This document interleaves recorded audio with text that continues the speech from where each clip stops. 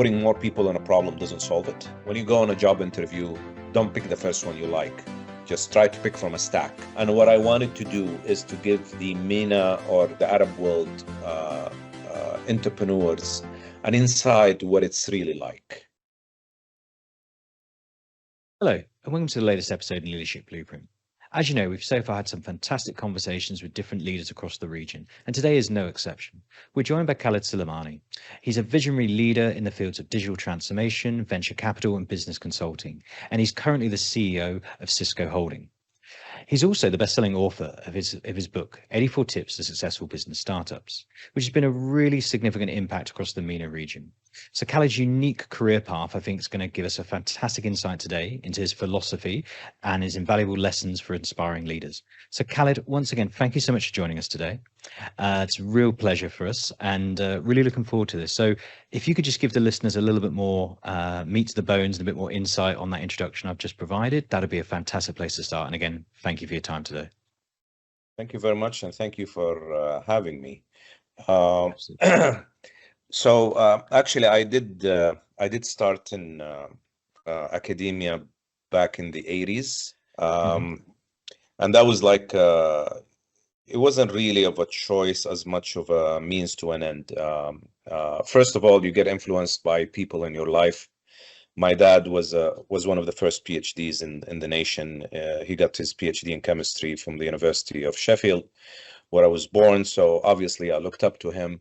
We're a very young nation. There's not a lot going around, so limited communication. So that was the environment I grew up in. So plus, it was one of the very few, as you say, paths to get a scholarship. So this is how I started working for the university. But then I moved on to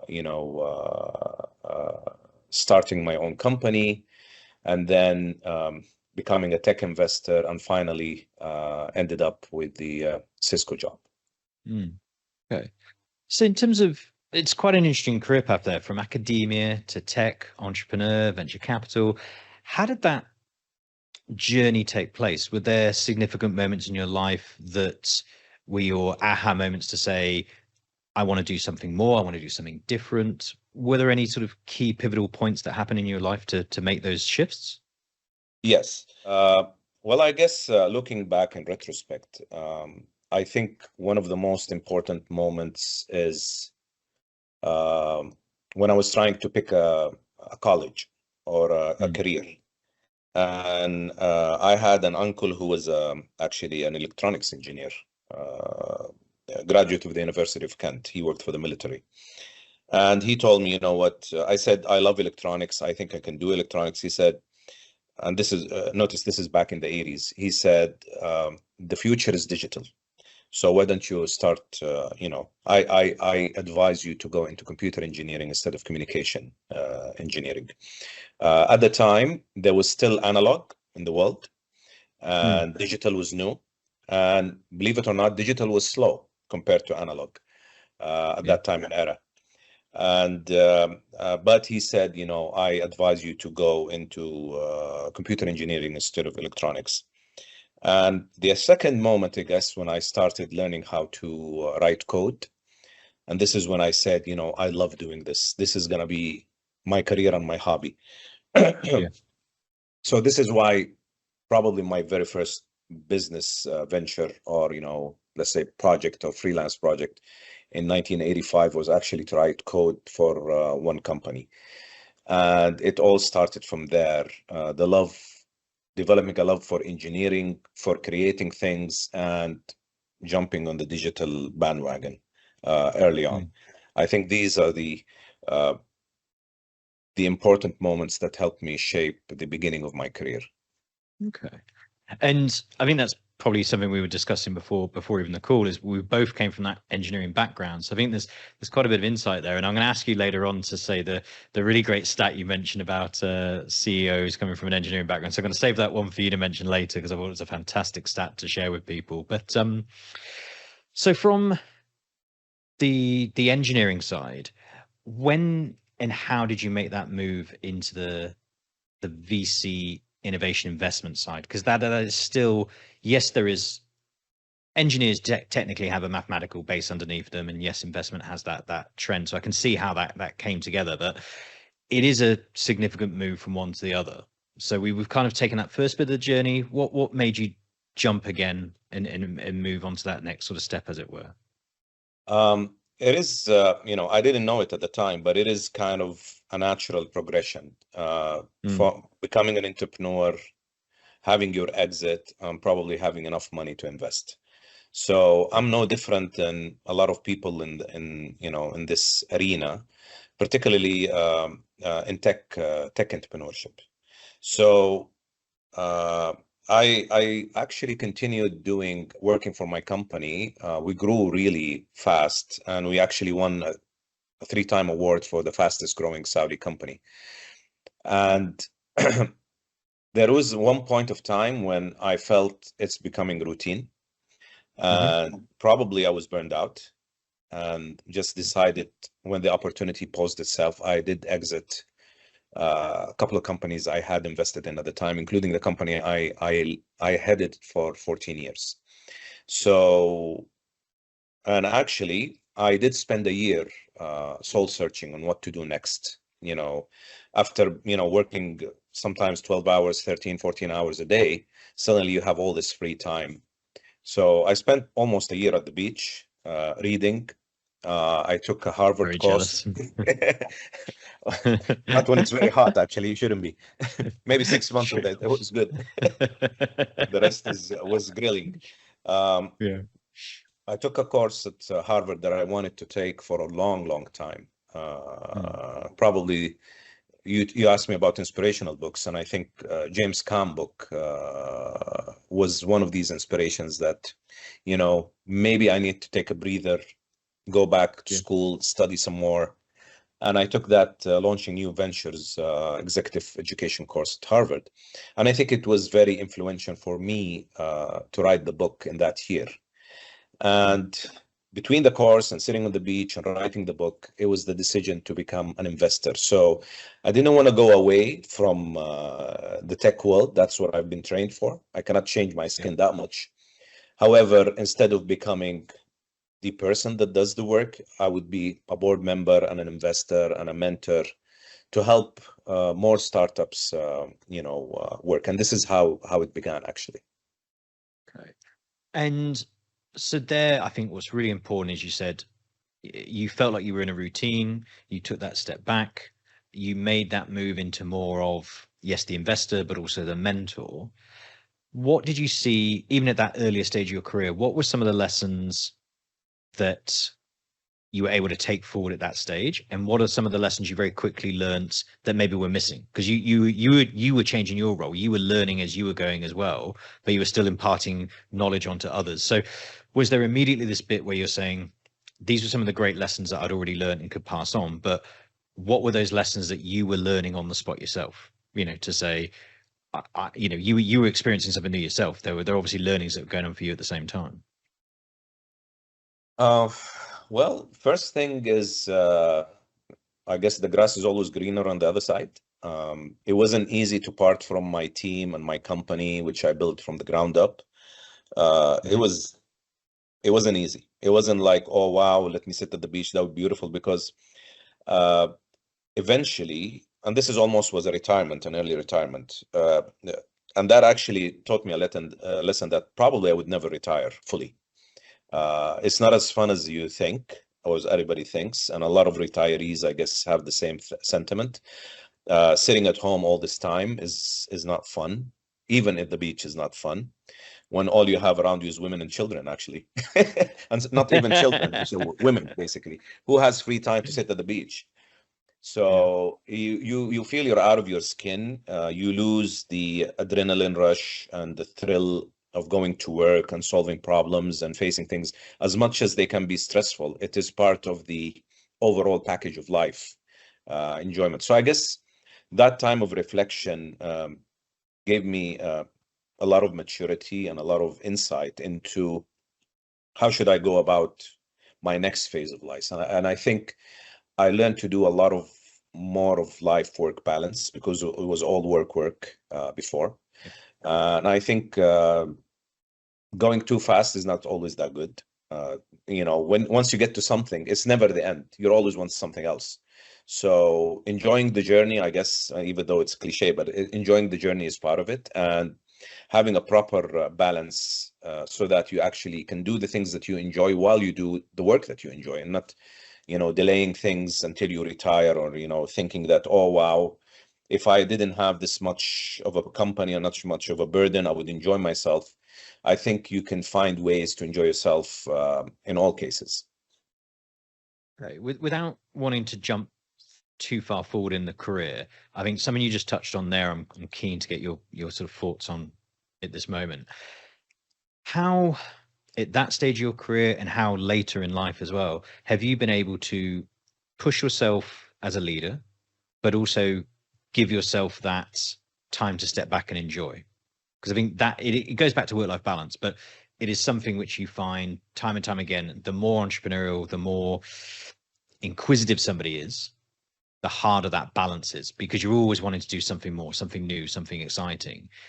But you seem to have got that fairly well in balance. Were there any lessons that you could share with people? Were there any moments that you realized, are there any checks and balances that you do to say, if X, Y, Z is happening, I have to take a step back? Or do you have those warning signals? Is there anything like that you've been able to kind of over time learn to sort of self-taught to get that balance better? I'm not sure. I guess I developed a lifestyle at the end that probably fits into that. However, I agree with you. Sometimes you get excited about something and just all the rules go out the window. You would start, at 6 a.m. working or developing something, or spend nights or read at the bed. But I guess these things happen at the beginning of something big, as much less than when you're actually implementing that idea. So I guess nobody can help himself if he's really passionate about something, not to just have these lines blurred. But probably the breaks would take place as chunks. So 3 months of hard work and then a couple of weeks or 1 week break or something. Yet I don't advise it. I think an idea I developed very early, which is to shut down all systems when you get home. And I tried at one point of time when I had a lot of stress in my business. This is what I did to be able to survive. So all the problems at work, all the the bad things that could be happening, just accept it as part of work. It's not directed to you or to your business. All businesses have these moments. Just go back home,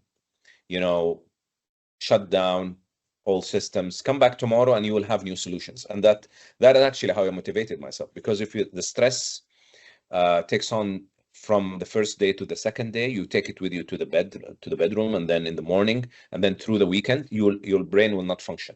It's better to take that break, either a weekend break or a break in the evening, so that the mind can function. And it actually worked for me. So I try to force myself into it. Yeah. No, 100%. And I can relate to that. I think one of the times I still remember to this day is, it was about 2 years ago. I had not been living by those lessons. I had taken some stress, a week to a week even, and all of a sudden it caught up with me, and I realized it, and it was sort of 1 o'clock in the afternoon, and I just said, right, I'm leaving. I just went, not in a bad mood, but just left for the day and went for a cycle, and just cycled middle of the day for a long time, came back very tired at the end of it, but the next day was fresh. Everything was reset. It took me that time to hit the reset. And I think I always try and remember that, because I don't want to get into that, maybe you don't switch off after one day, but definitely not after a week or two, which is what I had done at that stage. So no, it's definitely something I can relate to very much, I must say.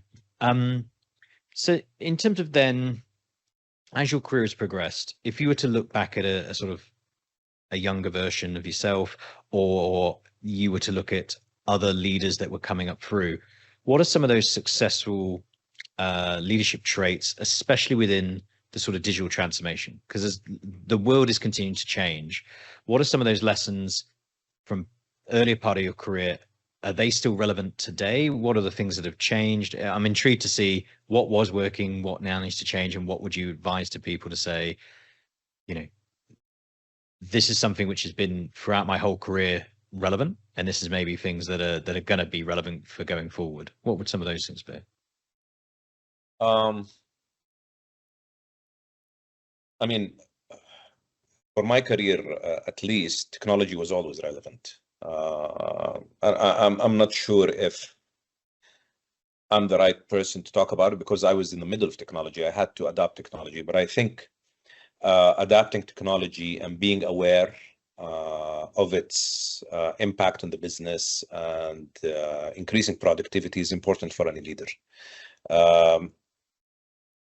I think also, on the contrary, I wouldn't advise anybody to get super excited and jump on technology too soon. I've seen that in international companies, and I've seen it in Saudi companies. Sometimes getting overexcited when the technology has not been tested. A lot of technologies became a fad and something of the past. They never worked, or you were too early. I know a Saudi company that started some sort of a cloud solution in the 90s, and they spent tens of millions on it, and it was just too early. The infrastructure was not there, the internet was not stable. But I guess somebody in that leadership got super excited and was very progressive, but I guess it ended up losing the company money. And similarly, there are always hybrid solutions, cheaper solutions for a business owner that you can adapt technology with. And don't ever, don't try to listen to your CTO that much. CTOs tend to be super excited about technologies. They want to have their own empires. I think it should be a combination between the CTO or probably a CIO, who is more part of the board, part of the business decisions. Jumping on technology too early can be very expensive, whether because the technology is expensive or the adaptation can be expensive. Yet, having said that, you have to be aware so that you don't lose, because some companies took too long, even technology companies. Look what happened to Nokia, look what happened to, Kodak. Look, these are giants. They're supposed to be sophisticated companies, and yet they dismissed the next wave and they ended up going, losing. And so I think that balance is important. And I think the leaders have to be somehow tech savvy or tech aware, or have next to them people helping them making these decisions. I think that's very, very important. Again, I think you have to work within your environment. Don't go take a course in the US and come back super excited to implement it in Saudi. You have to always implement things in context. And I think there was an interview with me a long time ago with someone that ran a tech section in Sheikh Al Awsat News, and I think I said technologies take up to 10 years to reach the Middle East. Maybe now it takes up to 3 years or 4 years, and they come in with different speeds, and sometimes these technologies are not even tested in their in their own locations, homelands. So you have to be very careful. I wouldn't advise going to the super cutting edge. The best software is not, or the best technology is not always the best for you. It could be the second or the third or the cheaper. As long as you actually increase your efficiency and provide the right fit for you, you're good. You don't have to go to really, for example, in ERP, you don't have to go to SAP. SAP is number one, yet it's for bigger companies. They try to go to the middle business. But I think there's a lot of softwares, including the softwares that I represented at the time, that actually were more fit for medium businesses, and they're much, much less costly. So I think these, at least from a technology perspective, these are some of the lessons. Yeah, and I think there's some very important ones there, and I like your reference on businesses that didn't adapt quick enough. And this is being recorded on an Icon, and literally Nikon were a great example of slow to move to mirrorless. They finally caught up, but they were behind the curve for 3-4 years because they just didn't back the right horse. So yeah, it's giants can make mistakes. It's It's super interesting. And there's a great book called Small Giants, and it's kind of that even small companies can take on much larger players by really being a specialist in their niche and really being the right solution for the right person at the right time at the right price point as well. And I think that's it's an interesting concept. It goes back into your point to say sometimes the biggest, most well-known product is not always the one that is the right solution for everybody. So no, absolutely.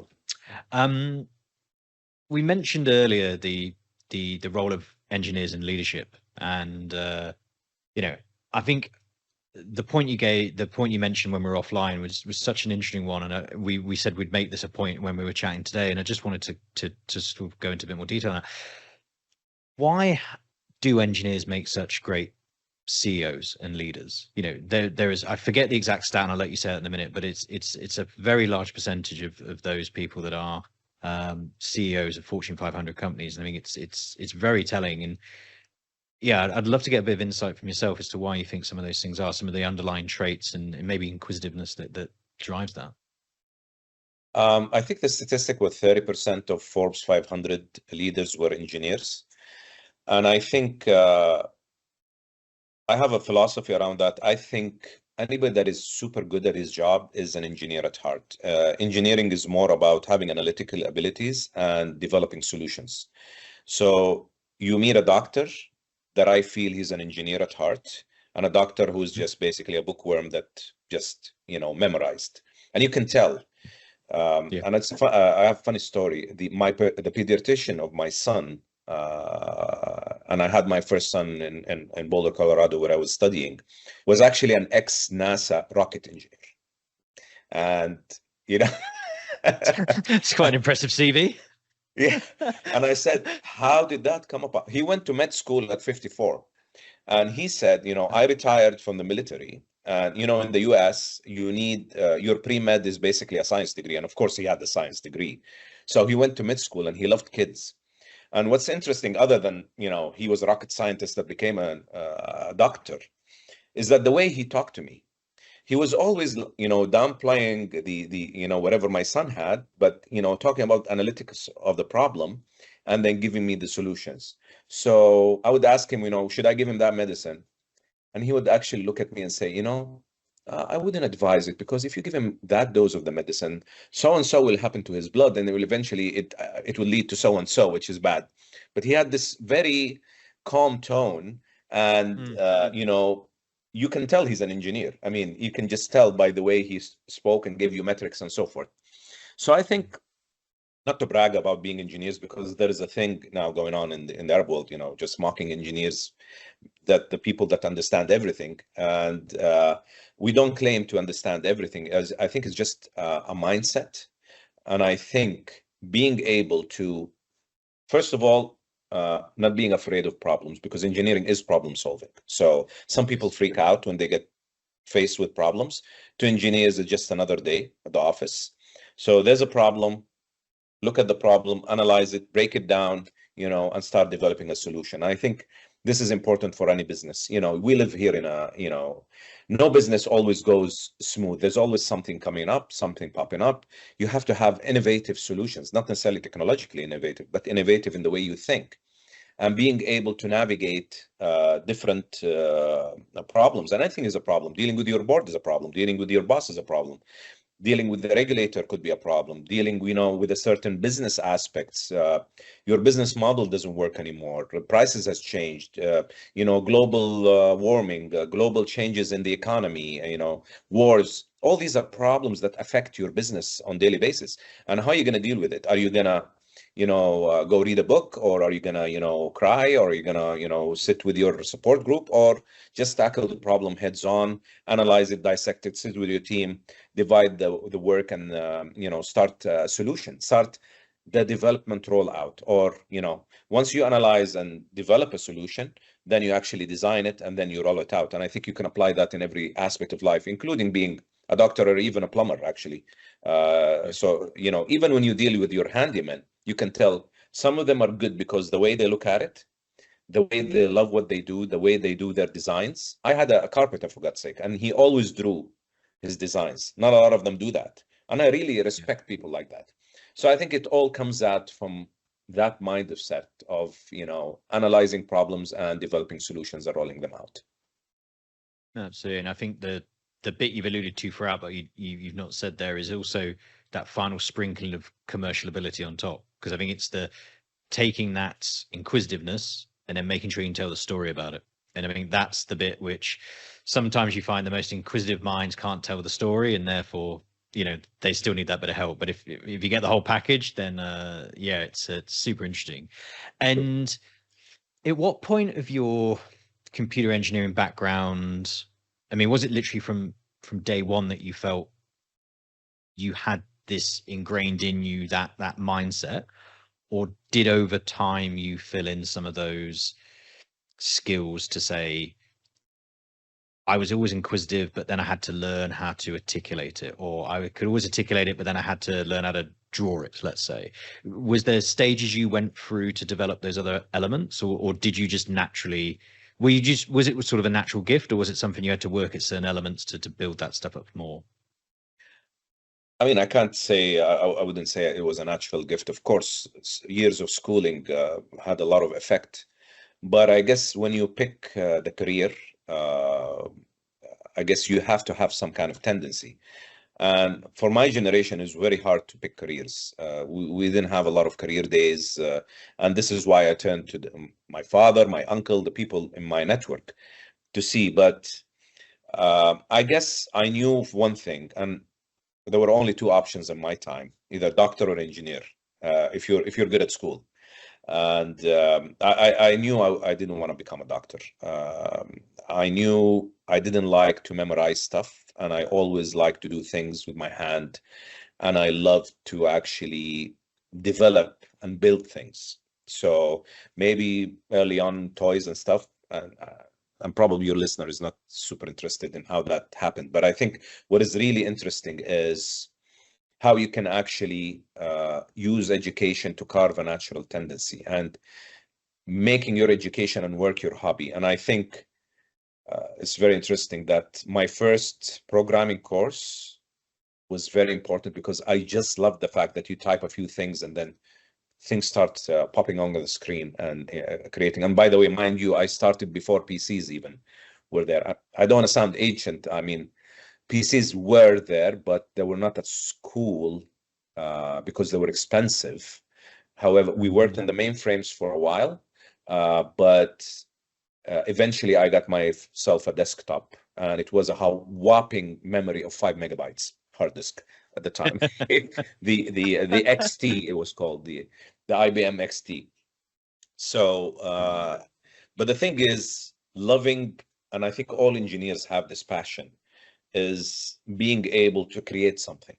If you're an architect, you create this beautiful house or interior design. And if you're, a nuclear engineer, I guess you do work on a plant. Or if you're an aeronautical engineer, you work with something that flies.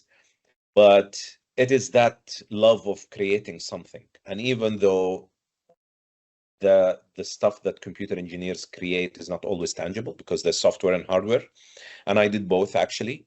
And the choice I made to go into software engineering had to do more of what's possible in my country at the time. Otherwise, it could have been more of electrical hardware, development.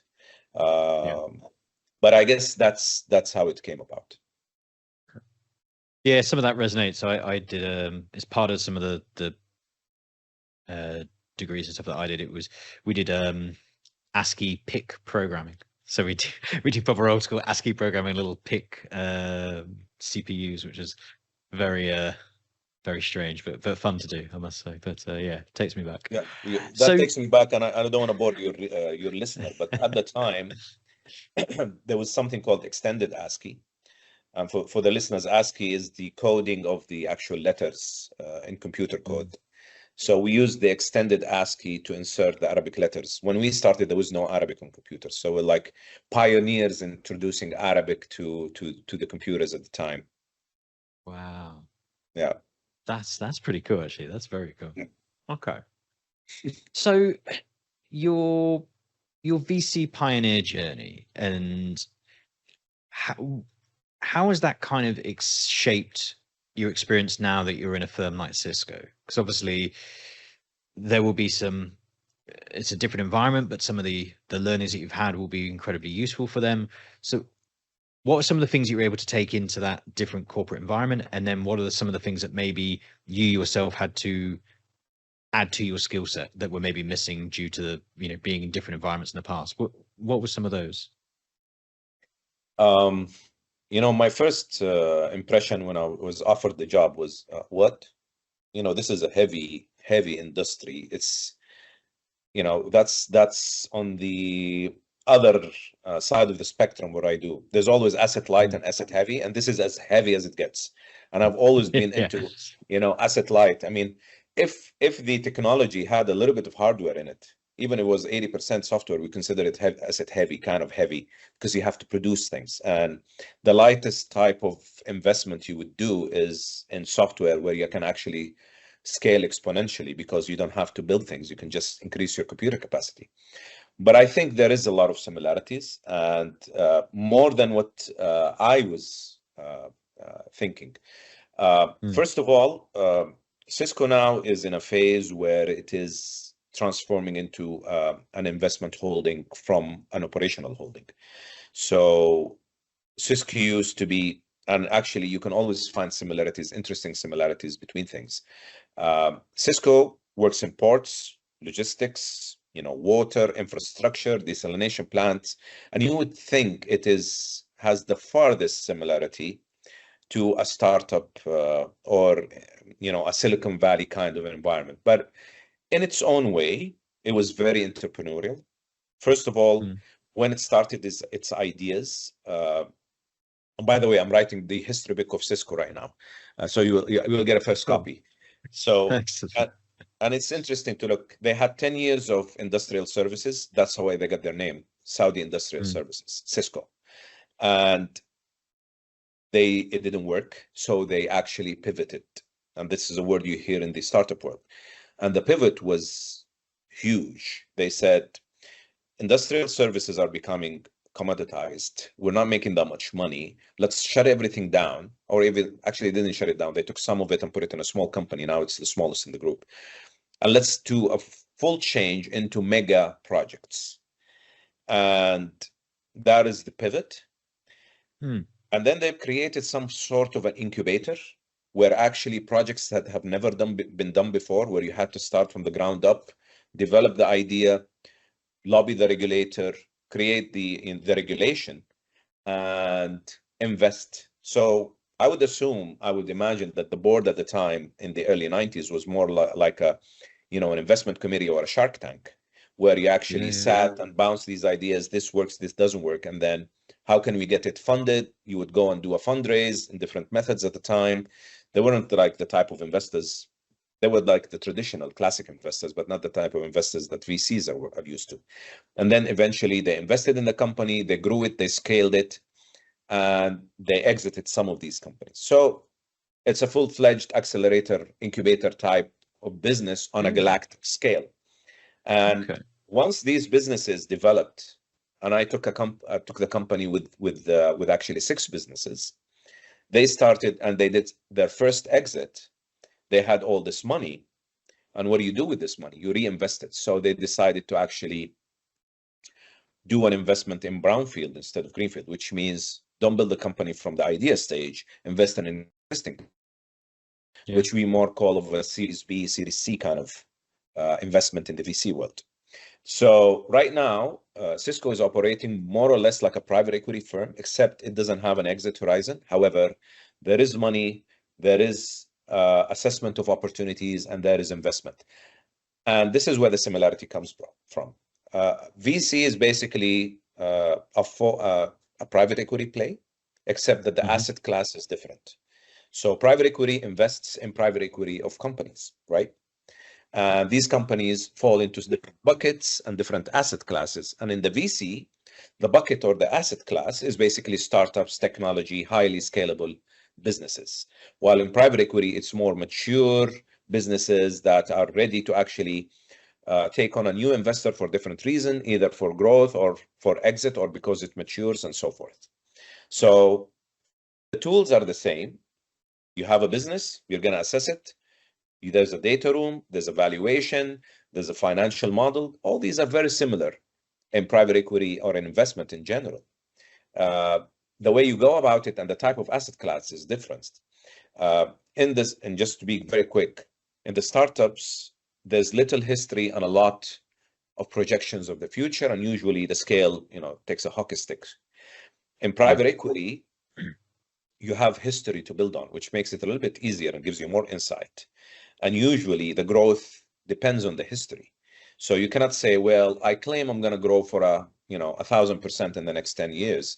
In the VC world, this works because a lot of technologies have done that. And you just have to, make the bet. There's less risk taking and bet taking in private equity. You develop a model based on the history. And if somebody grows, or claims to grow beyond the historical, you would just call them out and say, how is that happening? They wouldn't be able to tell you, well, Apple did it and Microsoft did it. They can't say that. They have to actually verify that the market, which is already developed, allows it. And there's a lot of room to scale in the private equity field, but not as fast and maybe not as humongous as in the startup arena. So there's a lot of similarities there. And do you prefer one over the other?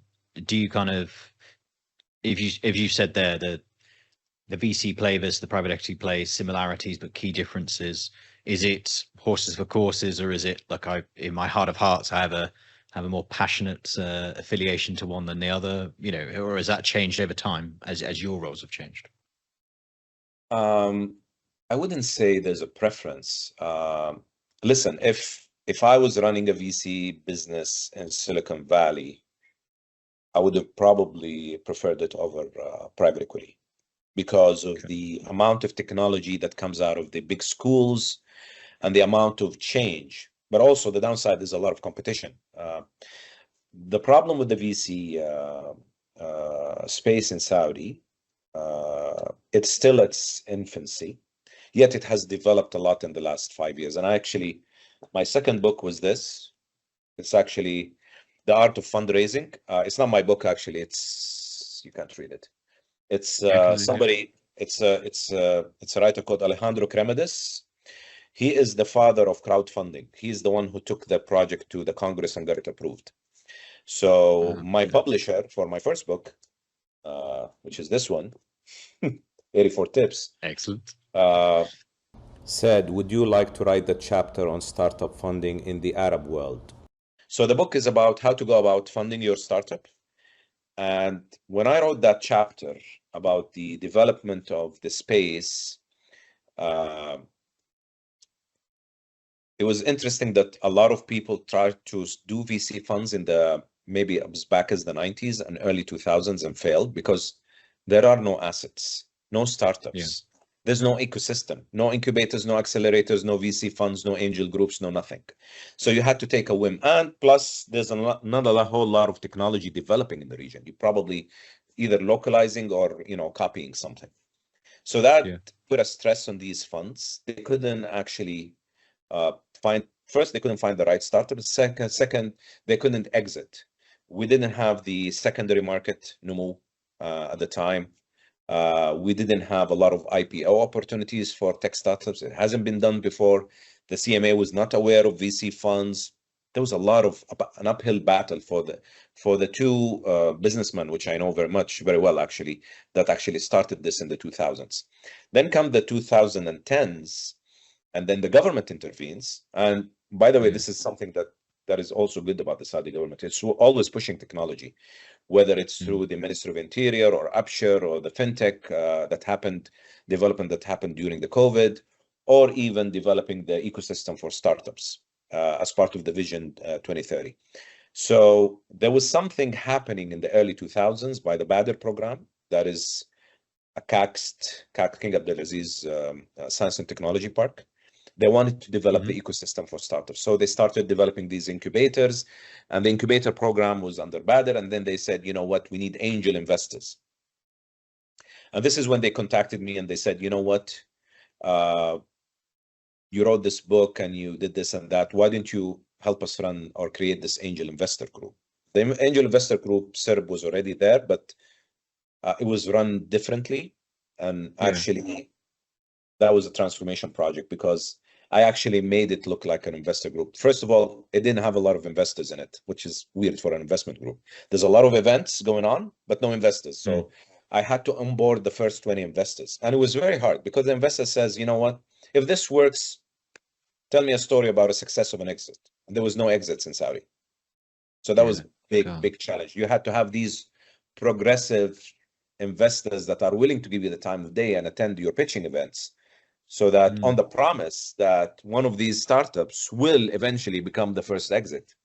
And that how not all the investors are risk averse, but some of them were, and they actually gave us the time of day. And we did have some success stories in Serb Angels, and it was actually the beginning before actually we had an explosion. I call it, a huge explosion of VCs once the government intervened, and I think they injected around 6 billion riyals in matching programs for VCs, and this is when we had the VC movement move. Just right before that, I actually got the first VC fund across the finish line with the CMA. I worked for a company called Al Khabir Capital, and it had a very progressive CEO. And he said, you know what, why don't you come and help us create the very first VC fund? And we were probably 2 years ahead of our time. But during the discussions, I think we helped develop the first bylaws for the matching program. And now we have a lot of VC funds, I think at least 40 or 50. Lots of investments. You have the incubators, the accelerators, the angel investors, the VC investors, and the exits. So a lot have happened in the last 10 years, and I was actually proud to be part of that transformation. No, absolutely. It's I knew you'd played a very key part in that. I just hadn't quite realized how much. It's really interesting to hear some of this detail. Looking back on some of those things, now I know, as you mentioned there, some of the key things that assisted in this transformation were at the government level. So I understand that will have made the pitch to investors easier, and as track records grow and so on. But looking back, if you were doing what you were doing then, but in today, so there was a track record, you had today's environment. What are some of the lessons that you would say? So we were successful getting our story across to investors. Looking back on the stories that worked well with investors, these are lessons that we could take forward. Now, what I'm saying is I know things have changed, which will change some of this, but are there key lessons that you can take away or that you could pass on to others to say, this worked very well in these scenarios? That's a good question. Actually, to answer this question, I actually worked with SISCO Capital program called Reali, and we developed a video course, a full 11-chapter video course on how to approach investors. And it has a lot of these answers that you're asking right now. But I can tell you this, that there is a structure to approaching it. And my first run actually with investors was in 1994. This is the first time I got an investment, and for my very first company. And this is actually, it happened on a sabbatical year because I left the PhD program for a year because I didn't want to continue. I developed a company before going back for a different reason. But that was my first pitch to an investor to create something new. And then there was another pitch in 1997 for my second company. And all of this happened with private, so-called angels. By the way, the words angel investor, entrepreneur were not really common at that time. There was a guy that wants to do a small business, and there is this big shot investor. That's what we call them. Or high net worth individuals, actually. That's it. But actually, back in 2008 and 9, I had to do the whole exercise of developing the investment memo for my company before I exited. And it was hard. We worked with actually one of the capital banks. They didn't understand the business. They didn't understand it to the extent they brought their ERP guy, developer, to join. And he had no clue what we were talking about, except that he knows what the product is. So it was hard to work with actually a proper consultant. And then to go to pitch, we did a lot of things wrong. I wish I had the knowledge that is available today. You can go to any of these accelerators and they will teach you how to do your elevator pitch, how to pitch to investors. You can take a look at our online course from Reali, the VC course. You can read some of these books that have been developed. My book, Alejandro's book, that wasn't there, but there is a structure to it. And I can't explain it in a couple of minutes, but there is a structure to it and a process. And actually, I envied Mr. Kremidis for his book, because one of the things I wrote in the intro is that if he hadn't wrote this book, I would have written it myself, because it just details the process of going to find funding for your startup. And I think it's a very good book. Between this book and the VC course, I think online course, you have, as a young entrepreneur, you have all what you need to actually approach. Plus, the ecosystem is there. VC funds, you can pick and choose. Angel groups, you can pick and choose. Pitching events, networking events for startups. Plus, the culture changed. Nobody knew what a startup was at the time. Now it's a thing. I think when I first told my dad I'm going to go into a startup, he's like, what are you, crazy? You're going to go to business? This is hard. This is tough. It hasn't been done before. And I think up until the 2000s, it was a crazy idea, until the culture changed with the help of the government and the BADR program to do a culture change among the young people to say, it is okay to go and start your business, not work for your dad or work for the government. Because before that, I was working for the government or a big company. And that all of that changed probably around the early 2000s, 2010s, actually. Yeah, it's interesting. And I think, all of this comes back to culture. And I think that's been, really interesting to hear that it's happened also at a government level. And while we know about this, I think it's always nice to hear firsthand how it's affected key aspects of the wider workforce. So in terms of your role in Cisco and the transformation that you've been imparting there, this might be a slightly hard one to answer, but would you say it was harder doing a transformation in an environment like Cisco or transformation in a startup? Well, I suppose, or starting a startup from the VC side. So yeah, is it harder to do a startup, or is it harder to turn around something that is much larger? Even with that mindset, you said Cisco had more of a transformation mindset, but which one's harder to do? Get something started or turn something around? I mean, it's very easy to do a turnaround in a startup that hasn't started much. I mean, okay, let's do this idea, let's do that idea, but then you wouldn't know if it would be successful. I mean, it could be easier because the decision making is easier, but you don't have the tools to make the transformation. And I think one of the, and I would add a third layer to that, actually, transformation for a third party. And actually, this is all I did in all my career. If there's one overarching theme, is transformation. My whole career was about digitally transforming companies. So I had at least 50 of those in my company. The projects we did, ERP transformations. And then, there was a transformation in the VC space, I guess. And then there's a transformation within a big conglomerate like Cisco. And I can tell you, the challenges of the transformation at Cisco are different, but in a lot of ways, they're easier. When you're in a startup, you cannot hire the best of breed people to help you. You either bribe them with equity or you never get them to join you. And they have to have a safety net to be able to join you. Otherwise, you're in charge of feeding all these families. That's a lot. And then, again, your VC or your investor has to agree on whatever you're doing. So that's another layer. And I think one of the tips I had in my book, which is very important, is that you always have a boss. Don't ever think that you're not a startup that you don't have a boss. You always have to answer to someone. You either answer to your key customer or you answer to your investor, or you're answering to your board. It's not like, whoa, I'm in a startup, I'm not answering to anyone, because unless you're a billionaire, you have to answer to someone. So it's just the format of how to answer to these people. So I think one of the things that helped me with Cisco is that I didn't instigate the transformation. They already had their mindset on it. They had a big consulting group develop the transformation strategy for Cisco for the next 5 years. And my role was actually, there's a 400-page manifest here. Go ahead and implement it. And I think there are many ways to actually go about that. And my contribution was to accelerate this, speed it, and implement it in the best way possible.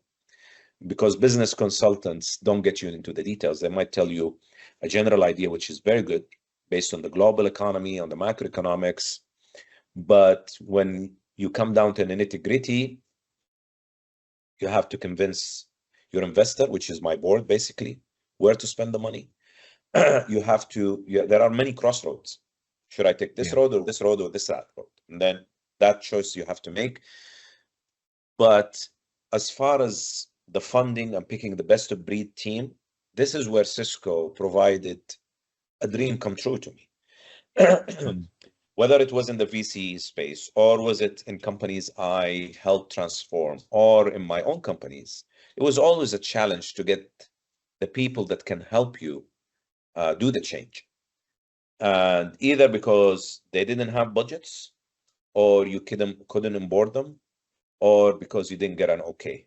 And probably with the third-party companies, when you tell them, guys, you need a CIO, or no, we can work with this team. Or guys, this guy, for example, one of my biggest projects, my biggest enemy was the CTO. And the reason is he had his empire of 30 programmers.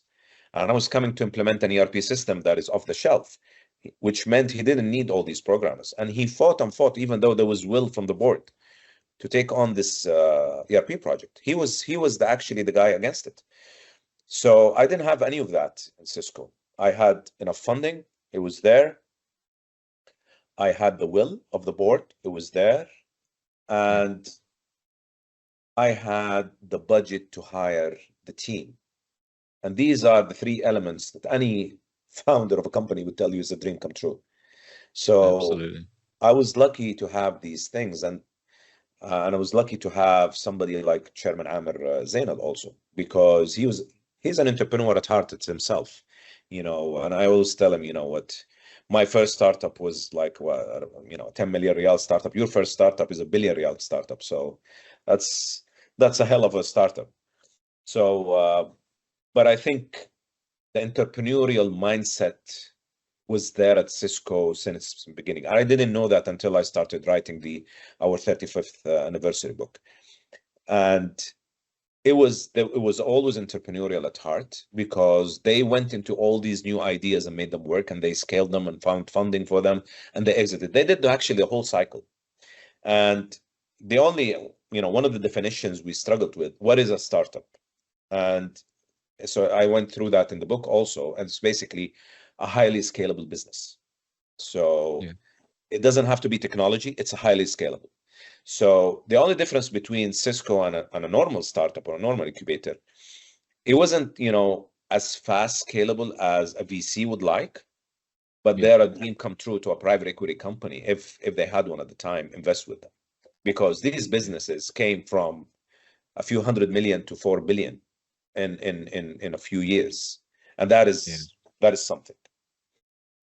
And now moving on to the next part of today. So it's what we call the quick fire round questions. So I'm just going to run through a couple of quick fire questions. It'd be really great to get your thoughts and feelings on some of these things. Some of them are about you, some are about the team, and I think it'd just be really interesting to get some of these insights. So who's been your biggest inspiration in your career to date? I guess there were many inspirational points, but I think the biggest was the technology culture of the 80s and the 90s, pre-dot-com era and post-dot-com era. I could see, for example, growing up and going to school, it was actually Apple, Microsoft, Oracle.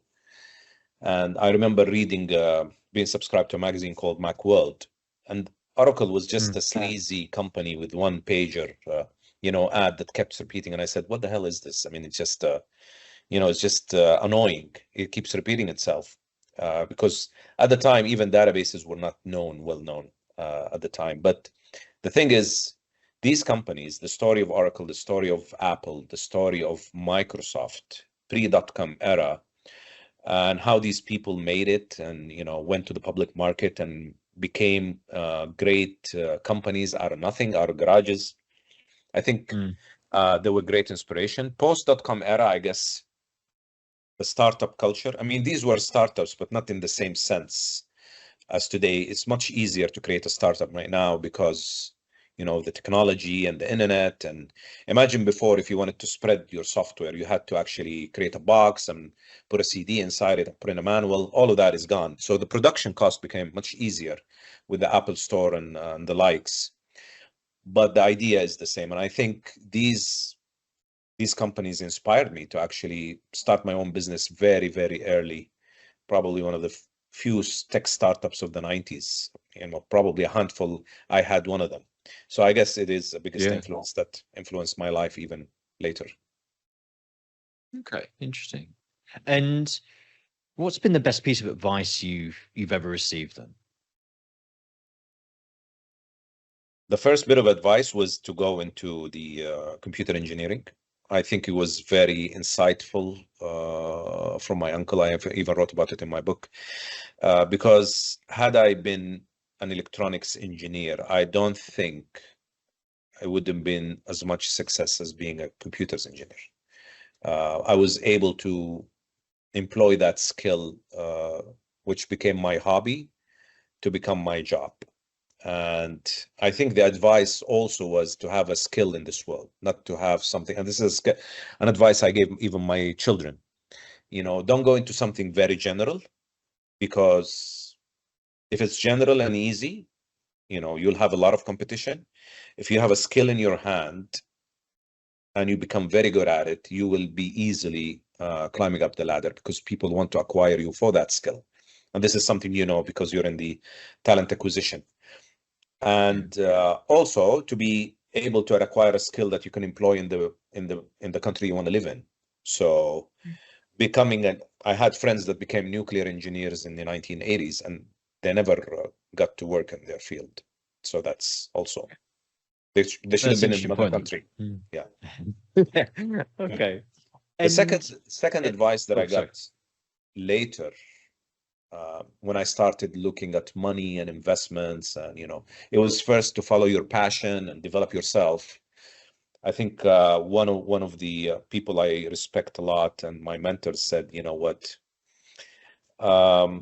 and I was at my fifth or sixth startup at the time. He said, what you're doing is very nice, but follow the money. Just go where the money is. This is where you're going to make the biggest, because, mid-career, end of career, you want to actually, create the money. So I think that was the second best advice. It affected me very much. And obviously productivity is key to anybody. So do you have a ritual for your start of a day just to maximize, get yourself ready to, or are you a morning person, are you an evening person? What's your kind of productivity process? I think I'm more of a morning person. I wake up early.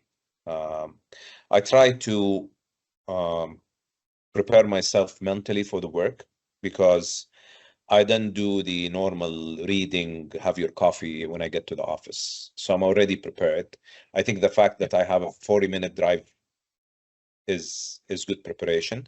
So there's breakfast. There is 3 times a week when I'm good, when I'm actually committed, exercise at the gym. Sometimes I take the 7 a.m. Class at the gym. And then driving to work, I like to listen to some kind of meditation, listen to the Quran, actually. So now when I get to the office, I hit it immediately. So I go with my assistant, we look at the calendar, look at the task list, and we work always on a task management software. So this is one of my styles. It's always about project management and breaking out tasks and deadlines. So I see my schedule for the day, and usually I have meetings with my C-levels to follow up on their task list. And then we have a weekly also general meeting, because they interact with each other. But generally it's around the calendar and the tasks. This is one of the habits of, I think one of the things you pick up when you read the book, Habits of Successful People, breaking your day into small segments where you can achieve small things that add up to a larger thing. So actually, I do apply that in my workday. Yeah, that's a very, very good, the 7 steps. Absolutely. Just talking about that, is there a favorite business book that you've got? I like to read, so I've read a lot of books. I can't say there's one business book, but I'll tell you a few. Yeah. I think one of the autobiography of Steve Jobs was very inspirational. Even though we don't agree with a lot of his methods, but the fact that he was the greatest salesman ever is very important. And this is something I tell, the people I mentored. And when we talk about the book, I can probably tell you more. The book gave me a chance to, travel around the country, give speeches, go on TEDx, go on TV, and, all these events. And I think one of the things I tell people in startups is that it's always about selling. It's not about getting on stage or, claiming that you have the best technology. If you can't sell it, it's worth nothing.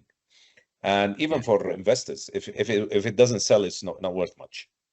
So I think he was the greatest salesman of all times. And the way actually the Apple one came about is because actually he was trying to sell it to someone, the owner of, I think, the shop, a famous shop, actually, I forgot what it name, Byte, I think. And he told him, you have to integrate it with a screen so I can sell it, or integrate the whole thing. Don't sell me a board. And instead of saying no, he went back and actually created the product. And it's a very important skill that he had. He always had his sense on the market. He transformed 5 industries, but just by thinking like a client.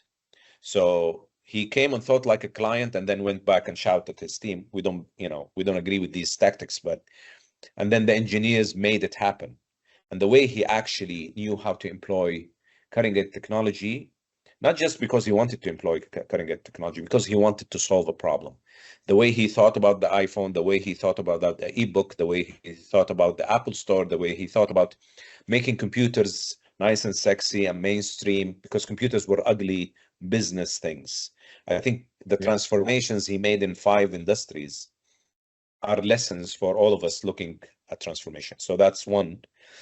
There's another book called They Made America, From Steam Engine to Search Engine, 2 centuries of innovators, where you can see all of those innovators preceding Steve Jobs and after Steve Jobs. It's by Layford, Buckland, and Evans.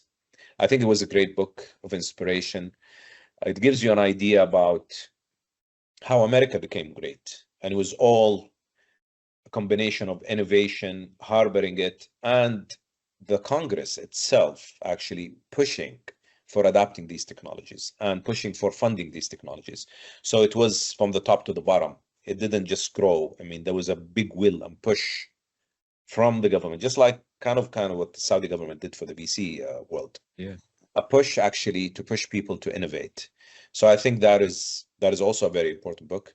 One book I read during school is called The Mythical Man Month by Frederick Brooks, and it explains that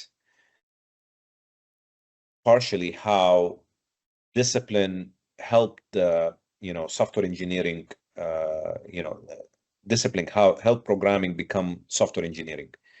And along that book and another book on software engineering, it explains that when programming didn't have discipline because it was a new thing, they didn't look at it as engineering, so they didn't do the full development cycle on it. And at the time, programmers thought themselves as artists with flip-flops and Hawaiian shirts and doing anything. And because of that, one of the Apollo missions failed because of a small glitch in the code. It was actually, and I don't know if you coded before, but it's just they forgot a comma and it went into an infinite loop. The software went into an infinite loop. I didn't know this. I didn't know this. And then the whole thing, the mission failed. So then they went back and they said, and this was pushed by the DoD, by the government. The whole software engineering thing was pushed by the DoD. And they said, you know what, this is an engineering discipline. Let's put some discipline into it. And what it tells you, one of the lessons that I learned and it affected my career is that putting more people on a problem doesn't solve it. It's actually the way you devise the problem, how you break it down, and how you put the right people on the right thing, and how the team harmonizes to complement the solution. And this is how the software engineering discipline became into effect. Before, people just wrote code. They used to call it spaghetti code. Now that's not the case anymore. So I think that book and the software engineering book also affected me a lot in my career. And I can name a lot, but these are the ones that came up to mind. No, they're really good ones, and I especially like that software engineering story. I didn't know that one. That's super interesting. So talking there, what are some of the skills then you feel are crucial for future leaders to develop in anticipation of sort of the next decade of challenges? So we've kind of touched on Steve Jobs, some of his innovation, listening skills, but you do things a bit different. What do we think some of these skills are going forward that people really should be looking to develop? I mean, some of the skills continue. I will start with team building and talent recognition. And I think being able to be a good leader to your team and picking the right team. I remember a book I read, it's called Picking the Mavericks.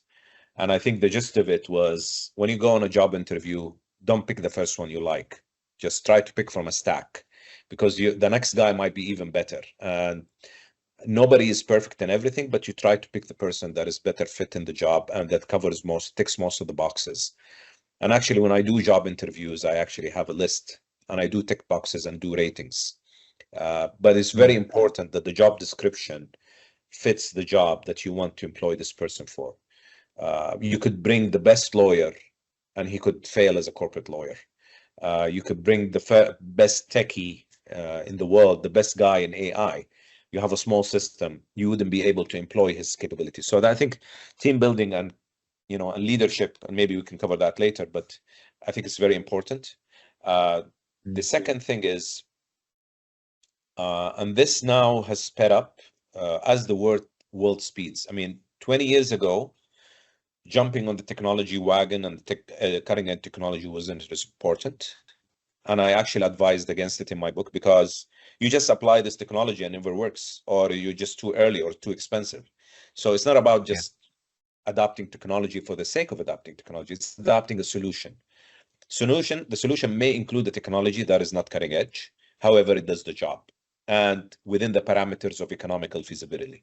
So that's very important, I think. Understanding what's out there in the world and what you could adopt in your organization and what not is very important. I'm lucky to actually be of a technology background, so I don't have a CTO or a CIO in my company. But if I wasn't, I would actually need that guy by my side and actually I do have a digital transformation team. It's not like we don't, but it's not a senior C-level guy, but a senior C-level guy in technology and adaptation with a business mindset is important. You don't want the guy that just tells you to buy everything new. You want the guy that tells you, oh, this could fit, by the way, and this is the best economic way to adopt it in your organization. It's very important. The world is changing fast, too fast than we think.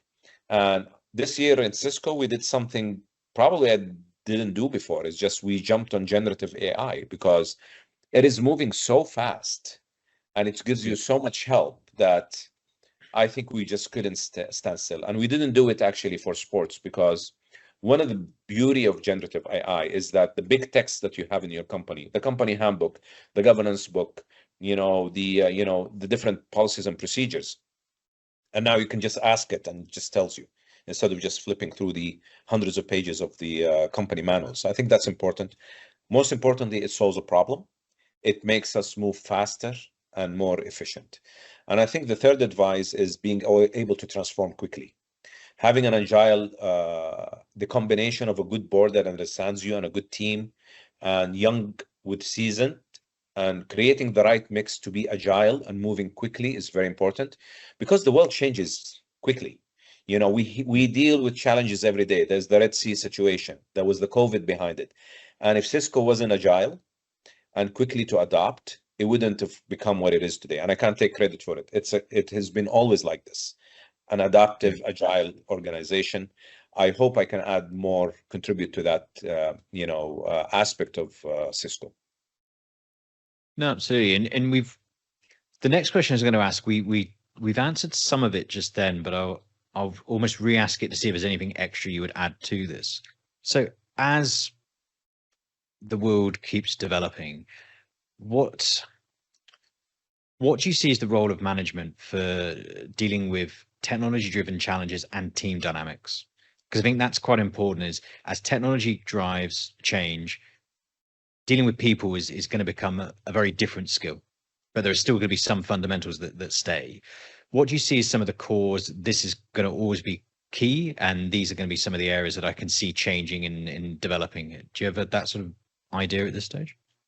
I mean, yes, I think transformations, because of the environment we live in right now, and because technology has become an integral part of everything. You have the internet, and these are visions that I actually, I took courses where we had these visions of the future, and now they are a reality where basically all devices and all appliances are kind of linked to a unified brain, where you can actually control everything. And the fast these things are adaptive. I mean, we've seen some technologies fail. Like, for example, I don't think the Meta really caught on as fast as generative AI, while generative AI will just quickly, and we can't even keep up with what's coming up. And it is going to become part of our lives. And actually, I don't know if you've heard, but the Saudi investment fund is focusing on AI in its investments, because the people there realize that probably this is the next new thing, and maybe we should be the first on it. So we can't sit down and say, you know what, let me see how this plays out. I still don't think you should be the first. Say the second mouse gets the cheese, but in reality, the first mouse gets the trap. I don't think you should be the first one to adopt it, but you should be one of the first. Don't go and jump on something that nobody has tried, believing that you will be, ahead of everybody, especially if you're not in the tech field, if you're in a normal business. But I think you should be always aware, under the edge of your seat, waiting for what's happening next and having a plan to adopt. And this dynamic between you and your team, your CIO, your people, and building a culture of adaptability in your team is very important, because you'll always have the people that resist. And this is a lesson you learned on the first day of, when you go to business school, or you're learning about how technologies are adapted or digital transformation. There's always the old people, or the old mindset that doesn't want to change. He's used to his routine job. He doesn't want a headache. He doesn't want, to adapt. And there are the progressive people. And I think you need the right mix of people. And the team has to understand that this is a progressive company. This is a survival skill. You can't live without being able to transform in time for your market. Because if you snooze, you lose.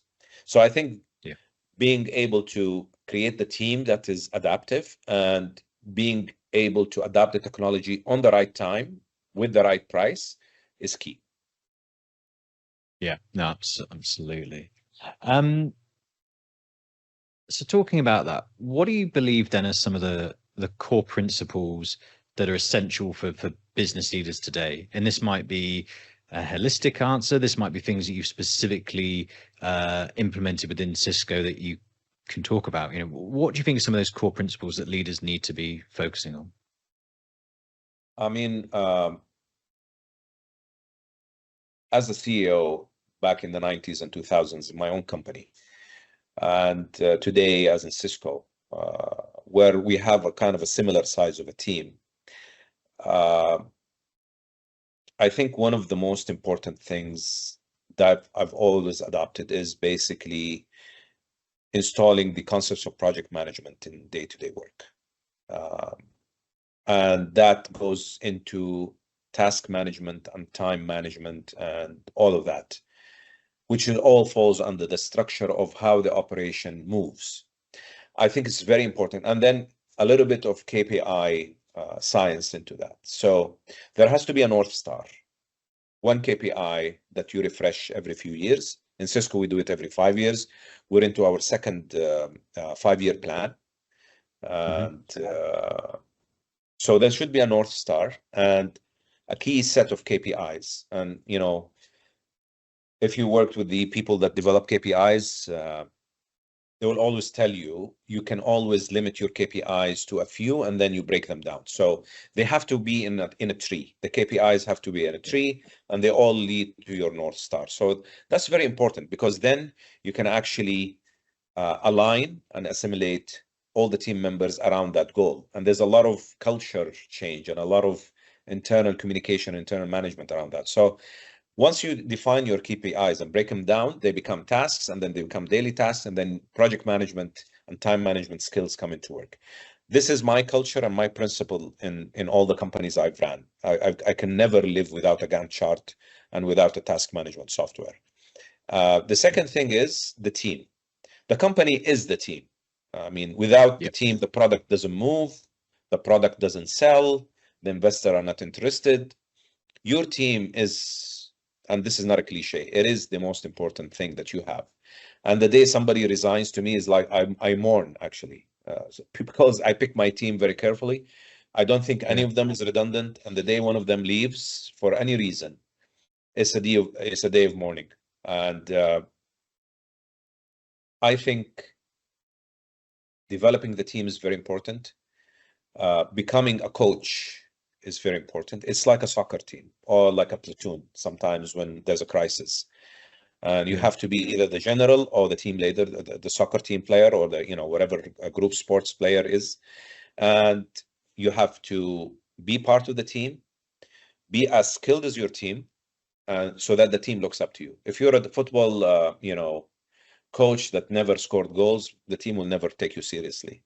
And if you're a football coach that without a career, you may make it in the new life, but when you start, the team has to believe in you. They have to believe in your skills. You have to acknowledge their skills and their capabilities. You can't be everybody. And that's very important. Everybody has to get the right credit, the right gratitude. You go to lunches together, you do team building together, you joke together, you stay at the office more than you stay with your children probably. And it's very important to be in the trenches with your team. I remember back in the 2006, we had this huge tender that became my biggest project ever for the Ministry of Defense. And we actually spent the night in the office writing that tender, 6 a.m. And there's one of my boys volunteered to take the box of the tender on a plane because we couldn't ship it one day earlier. We were supposed to ship it. So he volunteered to go on a waiting list, jump on a plane, and he actually reached the location 1:45 just before they closed on the last day. And everybody was like anxious on their edge of their seats, and we put so much heart into it. God rewarded us with the project. But that is how a team works, and this is how you should be working with a team. You shouldn't be like the executive that sits in a ivory tower. You should be part of the team, with the team in the trenches, helping them solve the problem, leading them, taking bullets for them. I think this is all team leadership, not only in business, but also in sports or anything, and even military. It's the same thing. Except in military, you bark orders in the team. No, you don't. You become part of the team. So that's the difference. No, they're super interesting. And also I think it says a lot about, you, the individual, and why you've been successful. I think in all of these examples, you can see the underlying traits that you've had that success in your life and how you've then imparted that onto the team and the cultures that you've developed in these. So a question I meant to ask earlier and forgot, and so I'm glad we've got this section. Most people do corporate and then go to a startup because they want to do it that way. And you've gone the other way. You've done the startup, the VC, now you've gone into the corporate side. How come? What made you do the other way around on that? Was it just was it an inkling? Was it something? Was it an itch that had to be scratched, or what was it? I can't say it's an itch. I've been a CEO for a long time. However, it was for my own company, so it wasn't a fully owned company. I had 30% share, so I had partners and I had a board and everything and a structure. Even though I started the company from scratch, but the thing is, I have been a C-level, and I think, and I have been also in a founder and in a startup. So to me, there is no greener side of the fence. I've known both sides of the fence. And after 30 years of doing this, I can tell you one thing. it's all about the passion. It's not about being a startup or being in a corporate, or you think this will make you more money, or this will make you more money, or this is your thing, your own thing. You'll have more liberty. You'll not have a boss, and here you'll have a boss. This is all myth. You'll always have a boss, as I alluded earlier, and I talk a lot about this in my book. You'll always Yeah. have people to answer to. You'll always have challenges. You'll always have good days and bad days. And I think it's about doing what you love and what you believe in and what you feel you're skilled. And I think when the job offer came at Cisco, and at the time I was still in my company, which is basically the last company I created, is a boutique financial advisory firm, which advised VC funds. And I think I ticked the boxes in the VC space, being an investor, being in a VC, writing the checks, and being a startup receiving the checks, and seeing the challenges on both sides. And I think I needed something bigger in my career. I feel that when you're in a startup, unless you reach the level I reach in the 2010s when I exited, it's always small, small, small. It doesn't move as fast as you want or as you think. You could probably make decisions fast, but the world doesn't agree. The money doesn't agree. The investors don't agree. The customers don't agree. And then you get this frustration. Why don't I have my own hockey stick? And the hockey stick is easier said than done. Only maybe less than 0.1% had the hockey stick, and 99% failed, and 1% made it, so. So that's the grim reality of the startup and VC world. And when the VC world tells you 90% failure rate, 10% make up, that tells you something also. So I think earlier in my career, I thought I would do it through my own company, which is basically jump from the thousands to 100,000s to millions to hundreds of millions, then to the billions. And that step to the billions was going to wait. And when Cisco came, I thought the opportunity had everything. I would have a company that is well established. I could pick my own team. I would work with highly paid professionals. I would have a new challenge. I would do a transformation, and I'm sitting on billions. So, should I wait to my company to reach the billion? Maybe I need another lifetime for it. Or should I actually take the opportunity? And I think the reward, you have to know what the reward is. If the reward is in success and achievement, I believe I can do that at Cisco. And I think anybody in a startup can do the same. And I'm not the only one that actually did the shift back, because I think there's entrepreneurship and entrepreneurship. And the entrepreneurial mindset now is on the radar of all the boards all over the world. They want their company to become agile and entrepreneurial, yet they hire a C-level that has been a C-level for 20 years, that's used to, running the company from the top, never went down the trenches. So I think there is a movement of bringing entrepreneurs into the C-levels, because new companies realize we need that fast ship, we need the entrepreneurial mindset, and we need the adaptability. And some of the seasoned C-levels don't have that skill. Yeah, it's interesting. It's a really good point. Good tip for your business. Yeah. Absolutely. Interesting. Look, I could talk to you all day, and I love these chats, but I do, I know I've got to let you get on with the rest of your day at some point. So moving towards the end of today, I normally finish these conversations off with, can you leave our leaders with a key takeaway from today? But I was thinking, because you've got your book, 84 tips, what would be maybe a few of the key tips from that you could share with people today? It's a slightly different twist on our normal end. I'll twist it back. I'm not going to give you any tips because that's copyrighted, but I'll tell you one thing. What the book has, and I think the book has kind of my blueprint for starting a business from the trenches, from experience. It's not a theory book. There was a lot of books written on startups. And what I wanted to do is to give the MENA or the Arab world entrepreneurs an insight what it's really like. There's a lot of also focus on Saudi Arabia. So at the time I wrote the book, there was a movement of everybody leaving their jobs and starting a startup or going an incubator. And a lot of people didn't understand what it entailed, that at the end of the day, beyond the shows and beyond the incubators and the pitching events and blah, blah, blah, it's a business that has to sell. And at the end of the day, you need every single tool of a business in a startup, just like any normal business.